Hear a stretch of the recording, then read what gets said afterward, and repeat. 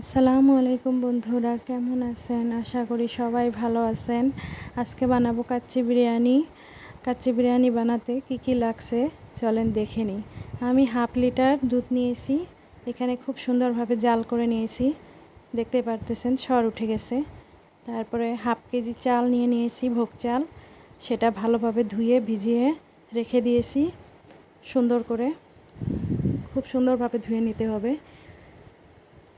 দেখতে পারতেছেন ভিজিয়ে রেখে দিয়েছি। এখন নিয়ে নিচ্ছি মশলাগুলো। পেঁয়াজ, আলু, আদা বাটা, রসুন বাটা, আদা রস করে রেখে দিয়েছিলাম, আর মাংসগুলো খুব সুন্দরভাবে ধুয়ে নিয়েছি। এখন আমি চুলাতে কুকারটা বসিয়ে দিলাম গরম হওয়ার জন্য।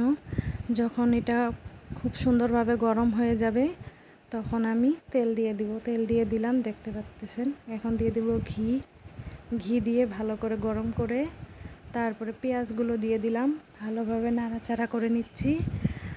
সুন্দর করে নাড়াচাড়া করে নিয়ে একদম লাল করে ভেজে নিতে হবে। তারপরে দিয়ে দিলাম এখানে তেজপাতা আরও গোটা গরম মশলা, সুন্দরভাবে নেড়ে নিয়ে এখানে দিয়ে দিলাম আদার রস। তারপরে দেখেন লাল লাল হয়ে গেছে।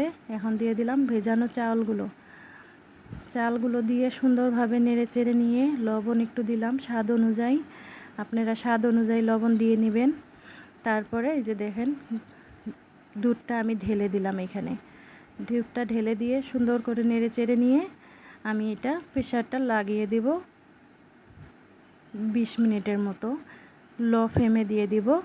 তারপরে হয়ে গেল। এখন আমি কড়াইটা বসিয়ে দিলাম মাংস বানানোর জন্য। তো মাংস বানাতে আমার কী কী লাগছে দেখেন, আলু, আদা, রসুন, পেঁয়াজ আরও গোটা মশলা। তো এইসব এখন তেজপাতাও লাগবে, পরে নিয়ে এসেছি আমি। তো পেঁয়াজগুলো দিয়ে দিলাম, সুন্দর করে ভেজে নেব পেঁয়াজগুলো। ভাজার পরে তারপরে তেজপাতা দিয়ে দিয়েছি, তারপরে গোটা গরম মশলা দিয়ে দিলাম। এখন আমি এখানে মশলা রেডি করব, মশলাগুলো রেডি করে মশলা দিয়ে দেব। এখানে রসুন বাটা দিয়ে দিলাম, আদা বাটা দিয়ে দিলাম। এটা একটু পরে দেওয়ার কারণ কি জানেন, মশলাগুলো পুড়ে না যায় যেন। পেঁয়াজটা ভালো করে ভাজা হয়ে গেলে আদা রসুনটা দিলে ভালোভাবে মজে যায়। তো এখন আমি 1.5 চামচ করে সব গুঁড়ো মশলাগুলো নিয়ে নিয়েছিলাম। হলুদ, লঙ্কা গুঁড়ো, জিরা মশলা গুঁড়ো, এগুলো মিশাল আছে, জিরা আছে, ধনিয়া আছে, রাঁধুনি আছে, এগুলো আমি গুঁড়ো করে নিয়েছিলাম। আর এখন যেটা করতেছি, মাংসটা ম্যারিনেট করে নিতেছি। এখানে আমি লবণ, হলুদ আরও আদার রস দিয়ে দিয়েছি। আদার রসটা যদি দিয়ে মাখা যায়, এই আলুগুলোতে সুন্দরভাবে মানে রসটা ঢুকে গেলে মাংসর সেন্টটা ঢুকে না, সুন্দর লাগে। আরও আমি মাংসগুলা আগে লেবু দিয়ে ম্যারিনেট করে রেখে দিয়েছিলাম 5 মিনিটের মতো।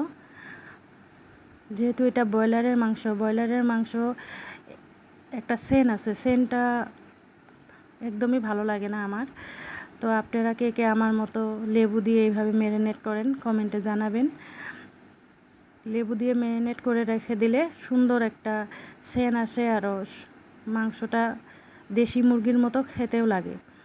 তো আমি এখন এটা ভালো করে মেখে নিচ্ছি সুন্দর করে। একটু কাঁচা তেলও দিয়ে দিয়েছি, সরষের তেল দিয়ে মেখে নিচ্ছি ভালো একটা সুঘ্রাণ আসার জন্য, আরও মশলাগুলো মাংসতে আলুতে ঢুকে যাওয়ার জন্য। এইভাবে মেখে নিলে খুব সুন্দরভাবে ঢুকে যায় মাংসর মধ্যে মশলাগুলো। তো কে কে আমার মতো এইভাবে রান্না করেন কমেন্টে জানাবেন। দেখেন এইভাবে মেখে নিলাম, এখন আমি ঢেলে দিয়ে খুব সুন্দরভাবে নেড়ে চেড়ে নিব, যে যতক্ষণ না মাংসর মধ্যে তেল উঠে আসছে। তেল উঠে আসলে কষানো হয়ে যাবে আমার মাংসটা। তো ভালোভাবে এই যে নেড়ে চেড়ে নিচ্ছি খুব সুন্দরভাবে, মশলাগুলো আলুর গায়ে মাংসর গায়ে ভালোভাবে লেগে যাবে,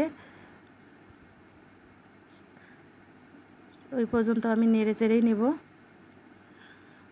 খুব সুন্দর করে নেড়ে চেড়ে নিচ্ছি।